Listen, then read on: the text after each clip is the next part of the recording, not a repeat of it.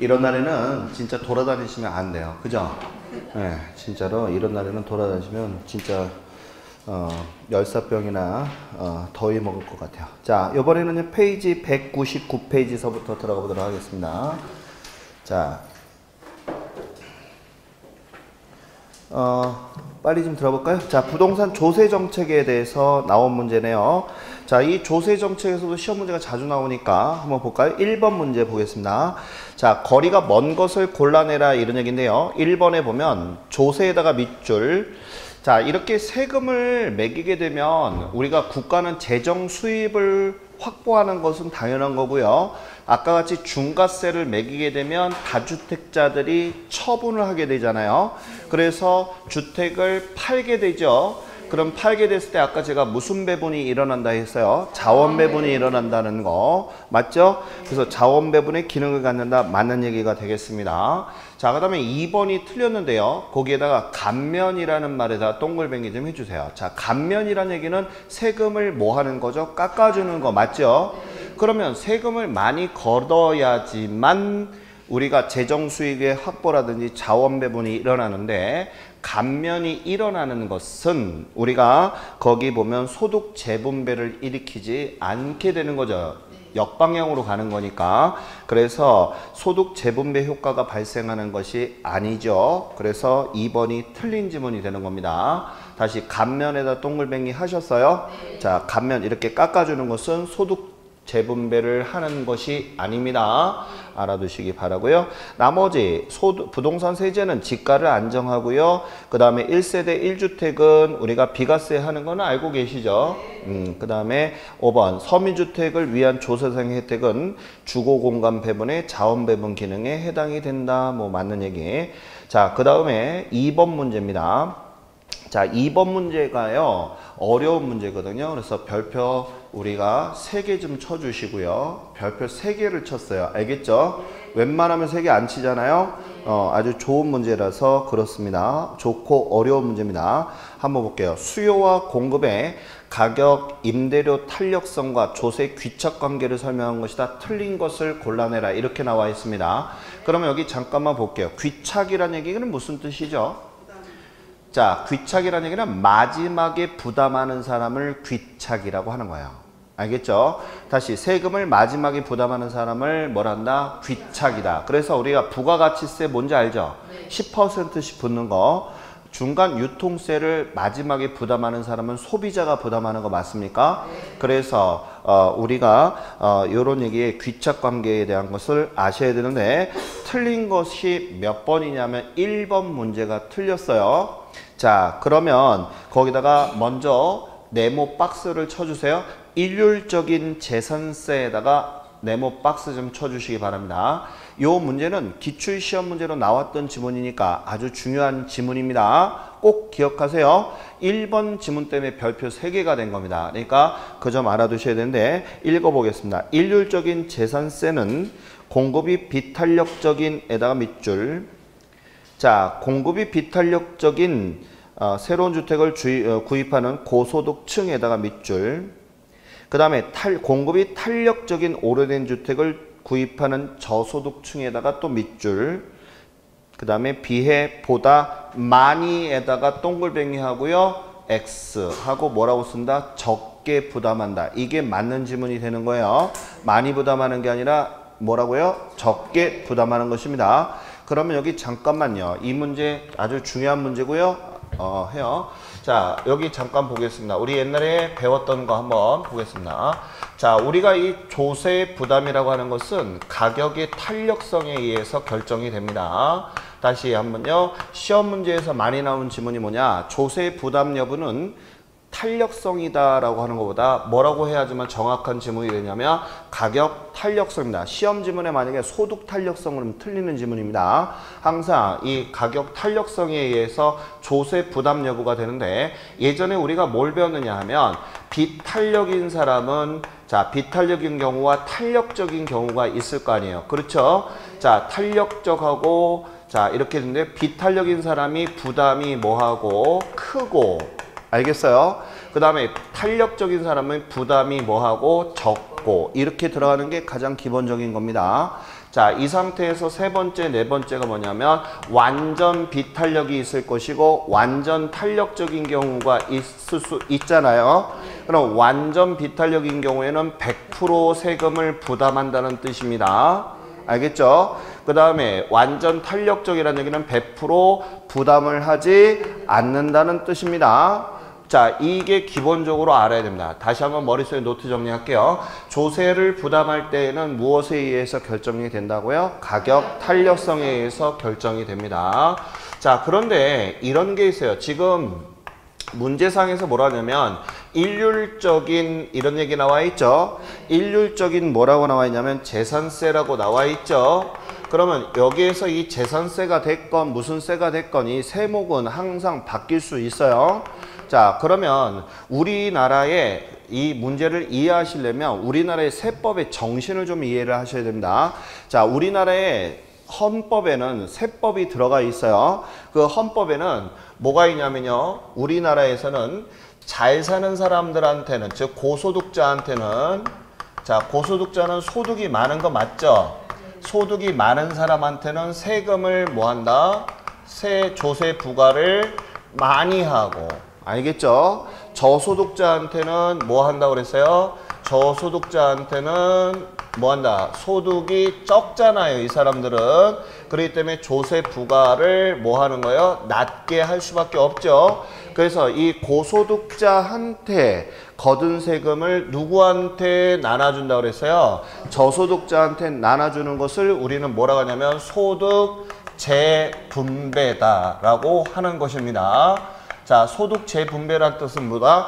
고소득자한테 세금을 걷어서 누구한테 나눠준다고요? 저소득자한테. 그래서 이 소득 재분배에 가장 중요한 게 뭐가 있냐면요. 우리나라에서는 차등과세라고 하는 거와 그 다음에 누진세라고 하는 것을 채택하여 우리나라 세법에서는 대표적인 소득세하고요. 그 다음에 법인세 관련된 것을 적용을 하고 있어요. 그 외에도 있습니다. 알겠죠?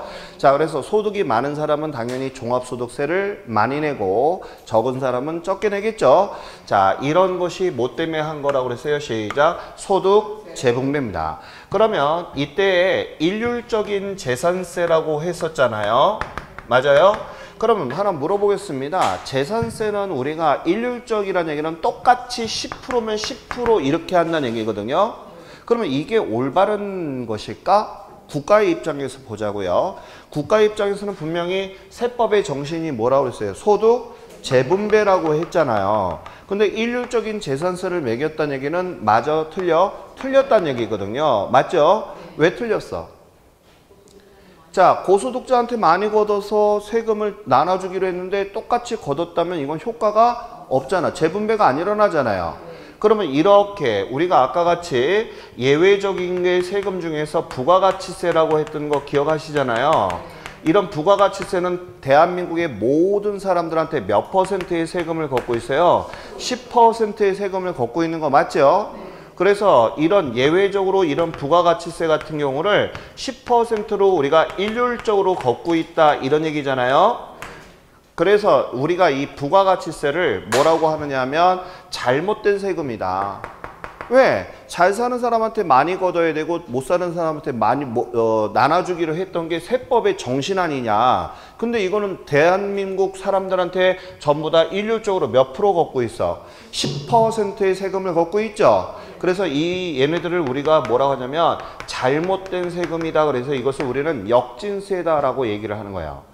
역이란 얘기는 반대로 잘못됐다 이런 뜻이 있는 거거든요. 그래서 역진세다. 그런데 우리가 여기에서 그럴 수밖에 없는 현실이 뭐냐 하면 슈퍼에 가요. 슈퍼에 가면 맞박에 고소득자, 저소득자 써있지는 않잖아요. 맞죠? 그렇기 때문에 우리가 일률적으로 이렇게 거둘 수밖에 없는 형편이라는 뜻입니다. 아무튼 이런 부분은 잘못됐다 그래서 역진세다 이런 뜻입니다. 그런데 지금 보니까 일률적인 재산세라고 나왔다는 얘기는 재산이 많은 사람은 당연히 많이 걷어야 되니까, 그죠? 어떤 세제를 적용을 해야 되는 게 올바른 것이다. 시작. 차등과세나 누진세를 적용을 해야 되는데도 불구하고 얘가 지금 전제 조건을 뭐라고 걸었냐면 뭐라고 걸었어요. 시작. 일률적인 재산세를 걷는다면 이런 얘기잖아. 그쵸? 그러면 얘는 이렇게 말이 들어갔기 때문에 이것은 탄력성하고서 상관이 없어. 자, 예를 들어 볼게요. 이런 얘기입니다. 예를 들어서 고소득자가 있고요. 저소득자가 있어요. 자, 얘는 월 소득이 고소득자는 1,000만 원씩 벌어. 그 다음에 저소득자는 월 100만 원씩 벌어. 소득이 차이가 있죠.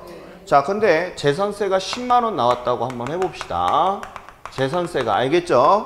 자, 10만 원 나왔다면 1,000만 원인 사람이 10만 원 내는 거하고 저소득자가 10만 원 내는 거하고 누가 더 부담이 크게 느껴져요? 얘가 더 부담이 클 수밖에 없어. 맞죠? 근데 지금 얘 문제 1번이 뭐라고 그러냐면 누가 더 많이 내게 된다라고 그랬어요. 저소득자에 비해 고소득자가 더 부담을 많이 한다라고 나왔잖아. 그래서 틀린 거예요. 부담의 폭은 누가 더 큰 거예요? 저소득자가 더 클 수밖에 없어요. 왜? 소득이 그만큼 작으니까요. 맞죠? 작은데 일률적으로 하게 되는 것은 그만큼 부담이 크다는 얘기죠? 그래서 틀린 거예요. 그럼 선생님, 만약에 시험 문제에 일률적이 아니라, 자, 여기에서 볼게요. 시험 문제에 만약에 차등과세인 재산세를 적용한다면 이런 얘기가 나오잖아요? 그 말이 맞는 거죠. 그렇게 된다면 탄력성으로 따지는 거예요. 무슨 말인지 알겠죠? 그러니까 우리 선생님이 이걸 하나만 보시고 맹목적으로 지문을 외우면 안 된다는 거야. 시험을 출제하는 사람들은 여러분들이 단순하게 공부한다는 걸 알아. 그래서 말장난을 친단 말이에요. 진짜예요. 농담이 아니라. 맞죠? 제가 이것만 나옵니다. 일률적인 재산세 이렇게 하게 되면 뭐 이러면 이것만 드립다 외워야 되니까. 그러면 그건 틀려. 자, 학계로는 생각하는 문제가 나오는 거예요. 그래서 제가 여태까지 처음에 기초할 때서부터 제가 절대 외우지 마라고 얘기를 했던 게 그거예요. 생각해야 할 줄 알아야 돼요. 그래서 일률적인 재산세는 탄력성하고 상관이 없이 누가 더 부담을 크게 느낄 수밖에 없다. 저소득자가 느끼기에 크다는 거예요. 그럼 만약에 여기다가 차등과세인 재산세다라고 하게 되면 뭘 따져서 한다고요? 탄력성을 따지는 거야. 알겠어요? 그럼 만약에 고소득자는 탄력적이고 저소득자는 비탄력이다. 그럴 때 누가 조세를 많이 부담하겠는가? 그럼 누가 많이 부담하는 거야? 저소득자가. 이렇게 답을 찍으면 되는 거야. 무슨 말인지 알겠어요? 하지만 여기에서 문제가 뭐라고 나왔어? 일률적으로 나왔기 때문에 부담의 폭은 얘가 더 클 수밖에 없다는 점 알아두시기 바랍니다. 알겠어요? 그래서 1번이 틀린 지문이라는 거 알아두세요. 나머지 지문들은 다 맞는 지문이 되는 거예요. 자, 거기 볼까요? 2번 수요 곡선과 공유의 곡선이 거기다 네모 박스 가격 탄력성에다가 네모 박스 좀 쳐주시고요.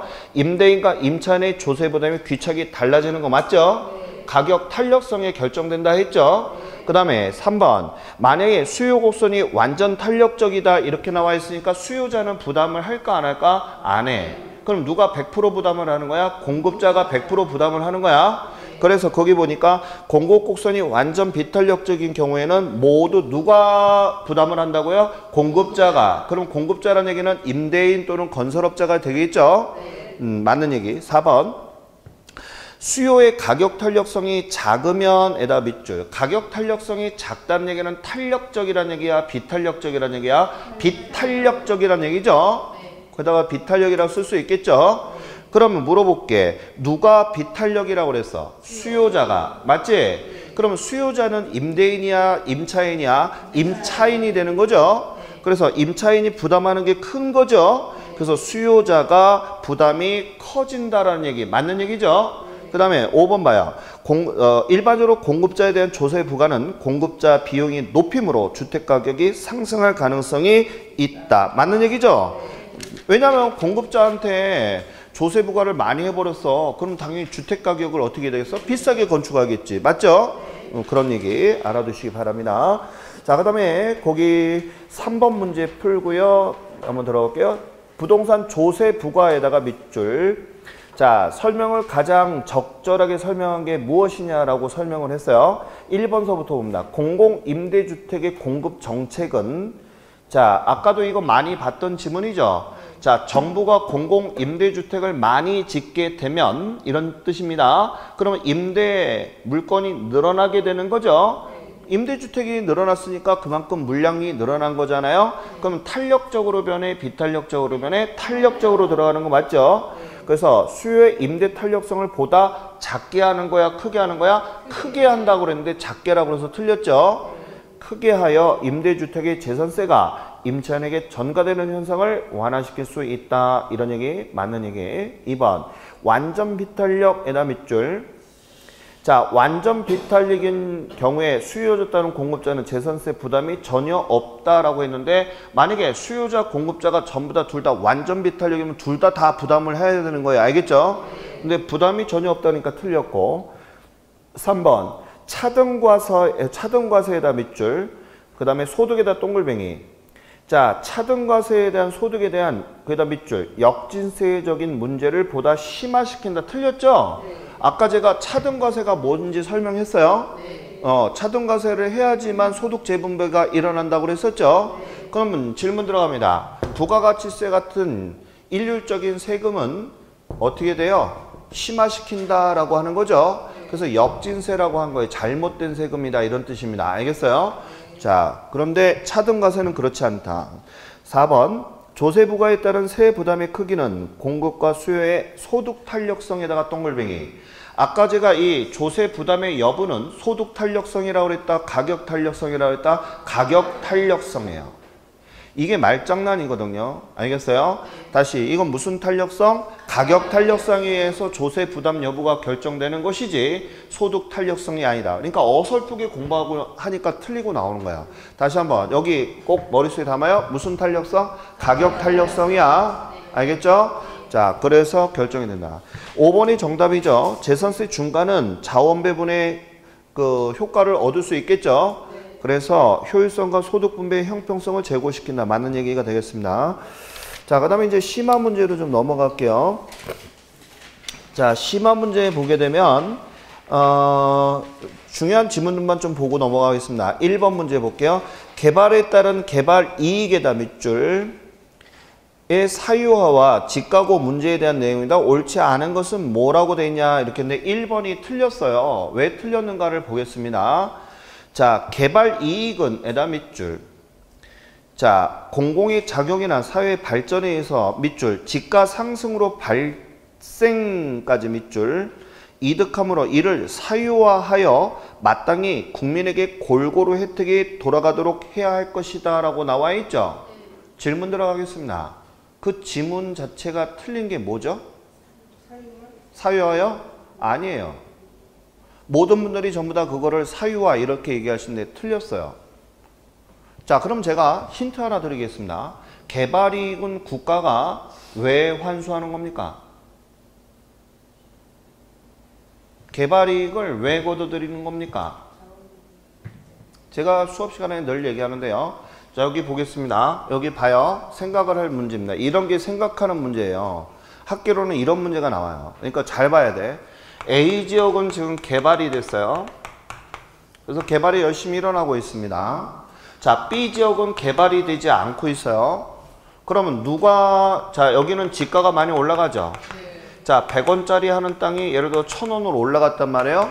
그러면 이 A지역에 있는 사람은 900원만큼의 무슨 소득이 생긴 거예요? 불로소득이 생긴 거잖아요. 그러면 B 지역에 있는 사람들이 뭐라고 해? 왜 우리는 개발을 안 하는 거야? 라고 하잖아. 그래서 국가는 명분을 쌓기 위해서 걱정하지 마. 얘네들한테 불로소득에 대해서 무엇을 세금을 걷겠다고 그랬어? 개발 부담금을 걷는다 하잖아. 몇 퍼센트 걷는다 그랬지? 25% 개발 부담금 우리 한번 들어본 적이 있죠? 부담금을 걷는다. 왜? 그랬더니 형평성을 유지하기 위해서. 이런 얘기를 한단 말이야. 이게 형평성이야?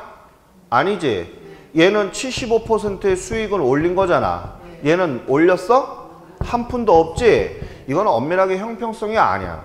그래서 현 정부에서 뭐라냐면 개발 부담금도 올리겠다는 취지예요, 지금. 무슨 말인지 알겠어요? 그러니까 지금 부동산에서 앞으로 초과 이윤을 보는 걸 확실히 없애버리겠다는 게 현 정부예요. 이건 좀 자꾸 마찰이 생기는 거야. 왜 자본주의 경제 체제하에서 자꾸 왜 사회주의 형태로 나가느냐. 이게 이제 문제가 대두가 되는 거예요. 무슨 말인지 알겠어요? 거기까지는 안 들어갈게요. 자, 일단은 중요한 거 무슨 뜻인지 알겠죠? 이 개발 부담금을 부과하는 것은 바로 뭐 때문에 하는 거다? 형평성 때문에 하는 거란 말이야. 그죠? 그래서 우리 아까 인접성 배울 때 뭐가 있어서 정의 효과로 인해서 개발이익의 환수 논리가 형성이 됐다는 거 기억하시죠? 우리 배웠잖아 아까. 그제? 그게 다 형평성 때문에 그런 거란 말이야. 그죠? 그러면 거기 다시 한번 들어볼게요. 그러면 개발이익을 어떻게 한다고 그랬어? 지금 지문이 국민들한테 골고루 나눠주는 게 바람직하다라고 그랬잖아. 그럼 그 지문만 보고서 생각을 해봐. 개발이익을 이런 얘기야. A도 개발이익을 만들어주고 B도 개발이익을 만들어주고 이런 얘기잖아. 그러면 그 지문 자체가 틀린 거야? 안 틀린 거야? 우리 한번 생각을 한번 해보자니까. 맹목적으로 외우면 안 돼 이거는. 왜? 맹목적으로 하게 되면 금세 까먹고 또 틀려 이 문제 나오면. 자, 물어볼게요. A만 개발이익을 얻으면 안 되니까 국민들한테 다 개발이익을 주자는 거야. 지금 지문이. 알겠죠? 맞는 얘기야 틀린 얘기야? 솔직하게 얘기하면 맞는 얘기잖아. 우리 까놓고 얘기합시다. 맞아 안 맞아? 맞는 얘기인데 왜 틀렸냐고. 그 이유는 바로 뭐냐면 국가는요. 개발이익을 환수하는 근거가 뭐야? 투기를 억제하려고 하는 거잖아. 그런데 정부가 나서서 개발이익을 환수하게끔 국민들한테 골고루 나눠준다는 얘기는 정부가 나서서 투기를 조장했다는 얘기잖아. 다 들쑤셔놔서 개발을 했다는 얘기잖아. 결론적으로. 그것은 국가의 입장에서는 바람직하지 않다는 얘기야. 그래서 틀린 지문이 되는 거야. 우리가 상식적으로 접근해봐. 골고루 국민들한테 불로소득을 다 잉여주는 게 당연히 우리는 맞다라고 생각하잖아. 하지만 그 자체는 정부의 입장의 마음이 아니라는 거야. 그래서 틀린 지문이 되는 거예요. 무슨 얘기인지 아시겠어요? 그 말 뜻을 이해를 못하고 맹목적으로 지문 외우면 안 돼요. 그래서 1번 지문이 틀린 것입니다. 나머지는 꼭 좀 읽어봐 주시고요. 그 다음에 넘어갈게요. 넘어가서 3번 문제 보겠습니다.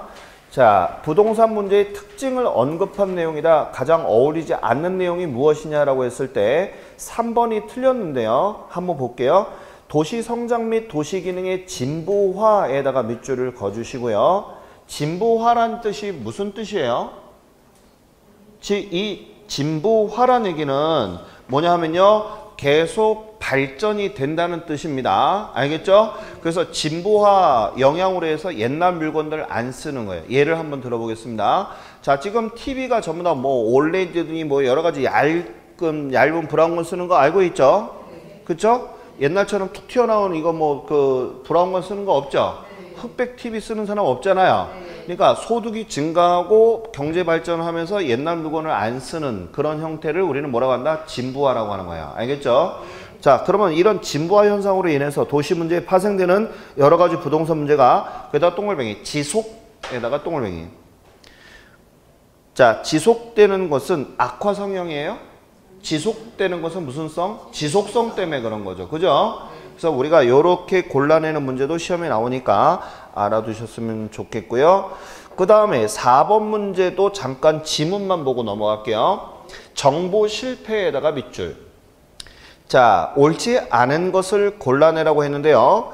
거기에 보게 되면 3번이 틀렸는데 왜 틀렸는가 볼게요. 규제에다가 동글뱅이.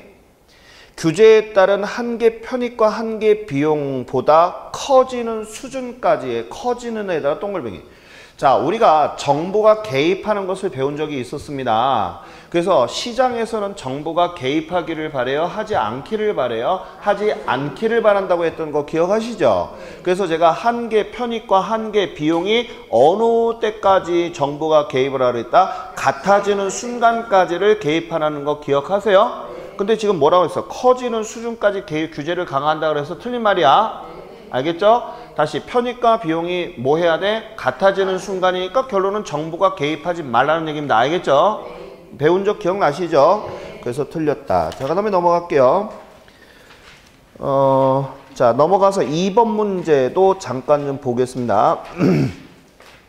용도, 지역, 지구제 단점에다가 동글뱅이 좀 해주시고요. 옳지 않은 것은 이렇게 나와 있는데, 자, 우리가 그런 얘기를 배운 적이 있어요. 자, 여기 볼까요? 자, 지금 우리가 A라는 지역이 있고요. B라는 지역이 있습니다. 알겠죠? 근데 A는 개발을 했고 B는 개발을 하지 않았어요. 알겠죠? 그러면 이때 우리가 뭐라냐면 이용 주체 간에는 형평성이 자, 유지됐다라고 볼 수가 있다, 없다? 없다. 그러면 여기서 이용 주체 간이라는 얘기는 A 또는 B를 얘기하는 것입니다. 알겠어요? 그럼 얘하고 형평성이 유지됐어?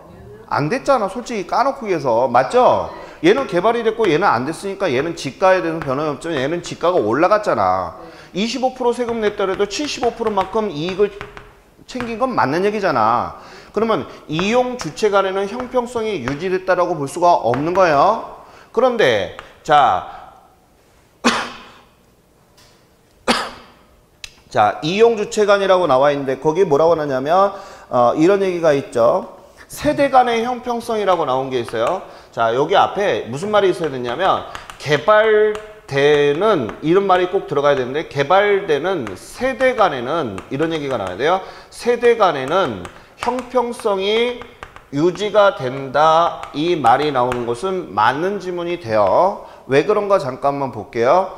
이용 주체 간에는 분명히 틀리죠. 형평성이 유지되는 건 아니죠. 근데 개발되는 이런 얘기니까 A 지역 안에서는 이런 얘기입니다. 그러면 A 지역 안에 있는 자 철수와 영희는 전부 다 개발되는 거 맞죠? 그럼 둘이는 개발되는 지역이니까 형평성이 유지되는 거야? 안 되는 거야? 되는 거지. 맞는 거죠? 그래서 세대 간이다라고 하는 거하고 이용 주체하고는 분명히 다른 내용입니다. 이거 제가 지문 분명히 강의 노트에서 짚었던 내용입니다. 알겠죠? 그래서 거기 잠깐 보시면 옳지 않은 것은 3번인데요. 어떤 지역에는 경제적 불이익을 또 다른 지역에는 경제적 특혜를 주는 사례가 많아. 즉 이 말은 뭐냐면 이용 주체 간을 뜻하는 말입니다. 그래서 이럴 때는 세대 간의 형평성에 대한 심각한 문제를 야기할 수 있다. 이렇게 나와 있죠. 세대 간이 아니라 뭐라고 해야 돼? 이용 주체 간이라고 해야 되는 문제입니다. 좀 문제가 좀 어려워요. 그죠? 지역 간의 형평성 또 뭐 이런 얘기가 나오는데요. 자, 그런 내용이 있다는 거. 자, 그 다음에 뭐가 있는가 잠깐만 보면요.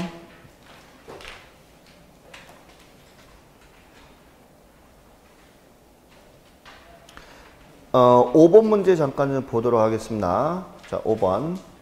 개발이 환수의 필요성에다가 밑줄 좀 그어주시고요. 옳지 않은 것을 골라내라고 해서 나와 있죠. 찾았어요? 자, 그러면 그거 한번 보도록 하겠습니다. 거기 보게 되면 3번이 틀렸는데 왜 그런가 볼게요. 개발이익의 불공평한 배분은 사회 분열까지도 초래할 수 있으며 맞죠? 어디는 개발을 하고 어디는 안 하게 되면 사회적으로 문제가 많잖아요. 그죠? 개발이익의 환수는 실수요자의 부담을 뭐 하자는 거예요? 늘리자는 거예요? 줄이자는 거예요? 줄이자는 얘기거든요. 그 다음에 지가 상승을 가져오자는 거야? 지가 안정을 가져오자는 거야? 지가 안정을 가져오자는 뜻이죠. 근데 사실 실질적인 영향은 그렇지 않죠. 아무튼 이론 문제를 푸는 입장에서는 이론에 근거해서 이해를 하셔야 될 부분이 있는 거예요. 그래서 3번이 틀렸다는 거 좀 알아두시고요. 자, 그 다음에 이제 넘어가 볼게요.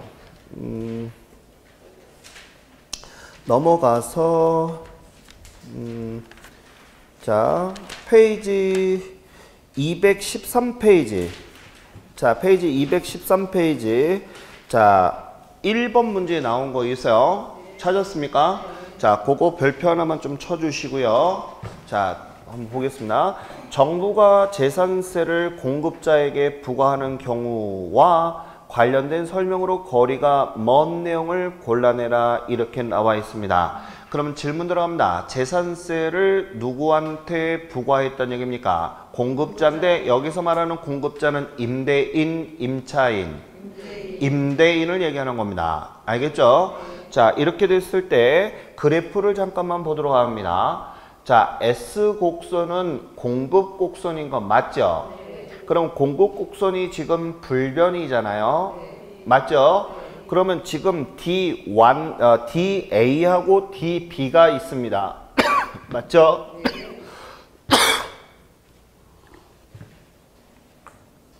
자, 그러면 한번 보겠습니다. DA가 밑에 있는 선이고 점선은 DB입니다. 그럼 물어볼게요. DA는 탄력적입니까? 비탄력적입니까? DA를 보세요. DA는 탄력이에요? 비탄력이에요? 비탄력이죠. DA는. 그쵸? 그 다음에 DB는 약간 뉘어졌잖아요. 그러니까 DB는 탄력적입니다. 그 정도는 우리가 알고 넘어가야 됩니다. 알겠죠? 자, 그러면 1번서부터 보겠습니다. 조세를 공급자에게 부과하든지 수요자에게 부과하든지 궁극적으로 조세의 전가와 귀착의 경제적 효과는 서로 같다라고 나와 있네요.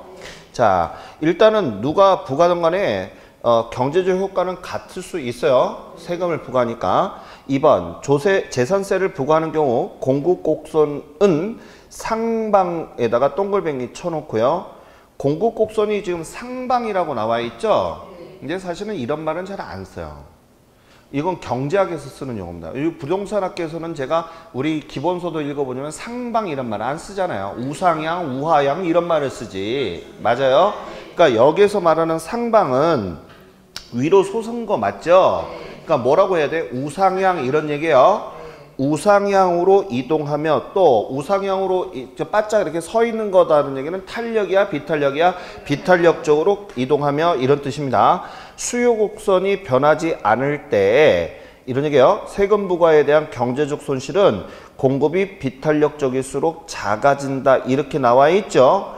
이 2번 지문이 정말 어려운 지문입니다. 별표 2개 좀 쳐주시기 바랍니다. 이 지문 잠깐 좀 설명 좀 하고 들어갈게요. 자, 아까 제가 사회적 후생손실이라고 했던 거 기억하십니까? 네. 자, 사회적 후생손실은 뭐를 사회적 후생손실이라고 했어요? 이건 모르면 안 돼. 왜냐하면 28회 때 사회적 후생손실, 27회 때, 26회 때 요때 제가 하나 나왔어. 근데 요번에 경제적 순손실까지 28회 때 나왔고 사회적 후생손실은 자주 나왔던 지문이에요. 둘 다 알아야 된단 말이에요. 자, 사회적 후생손실 아까 뭐라고 그랬어요? 시작. 정부의 규제로 인해서 누가 손해보는 거야? 생산자와 소비자가 손실을 입게 되는 걸 뭐라 했다고요? 사회적 후생손실이야. 근데 지금 뭐라고 나왔냐면 경제적 순손실이라는 말 나와 있죠? 거기다 네모 박스. 이거 앞전에 다 내가 특강 떼고 뭐고 다 설명했던 내용이에요. 자, 그러면 우리가 한번 보도록 하겠습니다. 자, 공급 곡선이 있고요. 그 다음에 수요 곡선이 있습니다. 알겠죠? 자, 이렇게 곡선이 있는 상태에서 우리가 이제 연결이 되겠죠. 그죠? 자, 이런 상태가 있습니다. 그러면 우리가 이 부분, 자, 우리가 이제 수익이 창출될 거 아닙니까? 그쵸? 자, 수익이 이렇게 창출이 돼요. 그러면 여기에서 우리가 이제 뭐가 있냐면 우리 경제적 순손실이라고 하는 게 무슨 얘기인지 한번 좀 설명 좀 들어가 보도록 하겠습니다. 자, 여기 지금 제가 그림을 그렸어요. 자, 그림을 그렸는데 공급과 수요가 지금 거의 1대1 수준인 것처럼 그렸죠? 그죠? 그러면 수요와 공급이 1대1이다라는 얘기는 거의 1값을 둘 다 갖는다는 얘기니까 제가 그림은 어떻게 그렸냐면 단위 탄력적으로 그렸다라고 볼 수가 있습니다. 알겠죠? 네. 그러면 여기 볼게요. 자, 여기 이 균형점을 근간으로 해서 자, 우리가 여기에서 보시게 되면 자, 요거 우리 한번 보겠습니다. 조세 부담에 대해서 시험이 나오게 되면 자, 조세 부담 여부에 대해서 시험이 나오게 되면 밑에 있는 사람과 위에 있는 사람이 있을 거 아니에요. 맞죠? 그럼 밑에 있는 사람은 공급자일까 아니면 수요자일까? 1, 2. 1은 누구고 2는 누구죠? 수요자, 공급자. 1번은 누구야? 누가 부담하는 걸까? 수요자. 임차인, 임대인. 임차인이야. 일단 모르면 안 됩니다. 이건 다 배웠던 내용이고. 자, 그 다음에 여기는요. 임대인. 그래서 얘는 공급자가 밑으로 내려가고요. 여기는 뭐가 들어간다? 수요자예요. 그래서 지금 조세 부담에 대해서 단위 탄력적일 때는 만약에 재산세가 상승했을 때 시험에 단위 탄력적이라면 이때 조세 부담 여부는 물어보게 되면 임차인이나 임대인은 어떻게 부담한다? 똑같이 부담한다. 이렇게 들어가는 거예요. 이거 다 배웠던 내용인데 모르면 안 돼. 그러면 지금 제가 얘기하고 싶은 것은 이 조세 부담의 여부가 아니라 지금 나온 것은 뭐냐 하면요. 바로 경제적 순손실을 얘기한 거잖아요. 맞아요? 그럼 경제적 순손실은 이 부분이 경제적 순손실이라 했어요. 알겠어요? 그런데 지금 조건이 뭐라고 나왔느냐 봤더니 자, 공급 곡선은 상방으로 인해 공급 수요 곡선이 변하지 않을 때 이런 얘기가 나왔잖아요. 수요 곡선이 변하지 않을 때라고 주어졌죠, 지금 값을. 그럼 수요는 불변이고 이런 얘기잖아요. 그러면 뭐가 공급을 움직이겠다 이런 얘기죠. 근데 공급이 탄력이라고 그래서 비탄력이라고 그래서 비탄력이라면 이런 얘기를 줬잖아요. 그러면 지금 단위 탄력 쪽에서 비탄력이라는 얘기는 바닥 서야 된다는 얘기잖아. 그러니까 결론적으로 어떻게 되겠어? 공급이 여기에서 위로 올라가야 되겠죠. 좌측으로 가야 되는 거 맞지? 그렇게 된다면 이렇게 들어가는 게 자 공급의 비탄력인 거 맞죠? 그렇게 됐다면 자 물어보겠습니다. 경제적 순손실이 원래는 이만큼 있었는데 지금 얘가 비탄력으로 가면서 지금 얼마큼으로 변해버렸어요? 요만큼으로 변했지? 그러면 작아지는 거야? 커지는 거야? 작아지는 거지. 이해 갔어요? 그 말입니다. 이거를 우리 28회 때 시험에 나온 거예요. 어려웠어? 쉬웠어? 어려운 문제예요.